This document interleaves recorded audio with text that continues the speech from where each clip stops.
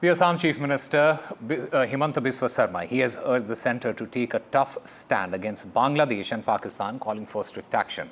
This echoes the sentiments of the other northeastern leaders, highlighting concerns over cross-border issues.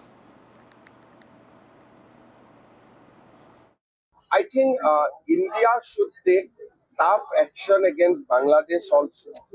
And I am sure these measures are under consideration of Government of India. But these are strategical decisions. We should not go beyond a point. As a Chief Minister, we can request, but decision will be taken by Government of India after considering entire security aspect. Whether you can take on both Pakistan, Bangladesh at a time, or whether you will take one by one, that is the decision to be taken by the central government. But I also share the same sentiment of other political leader of the northeastern region who has demanded tough action against Bangladesh.